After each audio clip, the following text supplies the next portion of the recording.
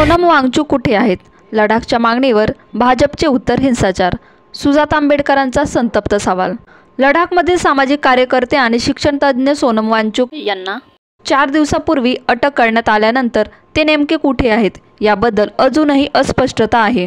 त्यांच्या अटकेनंतर आणि लडाखमधील आंदोलनाला हिंसक वळण लागल्यानंतर देशभरातून तीव्र प्रतिक्रिया उमटत आहेत. वांगचुक यांच्या अटकेवर सवाल.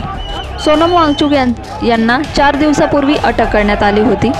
ते कुठे आहेत किंवा त्यांना कोणत्या परिस्थितीत ठेवण्यात आले आहेत हे कोणालाही माहीत नाही, असा गंभीर आरोप सुजाता आंबेडकर यांनी केला आहे. लडाखच्या मागणीकडे दुर्लक्ष. सुजाता आंबेडकर यांनी लडाखमधील राजकीय परिस्थितीवरही बोट ठेवले आहे.